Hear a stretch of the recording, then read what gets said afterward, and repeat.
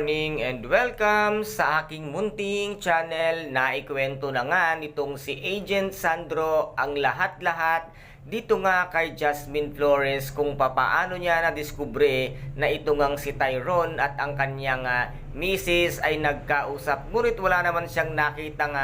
masama sa kanilang pag-uusap at dito nga ay tinanong nito ngang si Agent Sandro ang kanyang misis kung mayroon daw ba itong ipagtatapat or meron itong kinakailangang malaman. Ngunit nasabi naman dito ng kanyang misis na wala naman siyang ginagawang masama or baka pati naman ako ay sinusundan mo at pinaiimbestigahan mo kung kaya't dito nga ay dito nagsimula ang kanilang hindi pagkakaunawaan at dito ay balaka nila munang umalis upang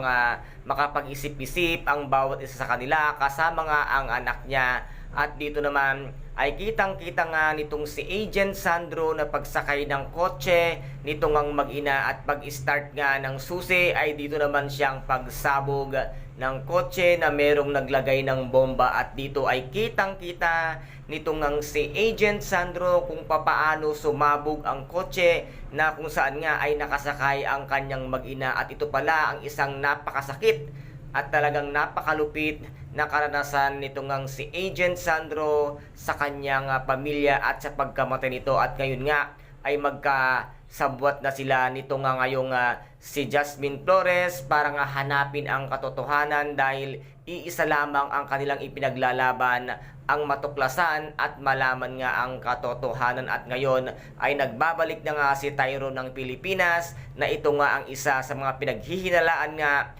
nitong si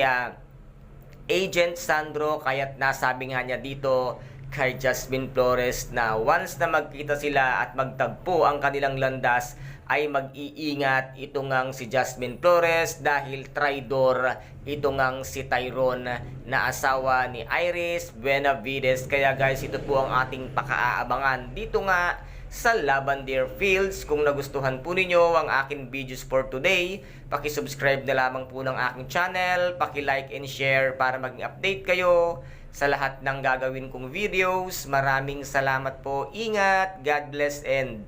bye-bye!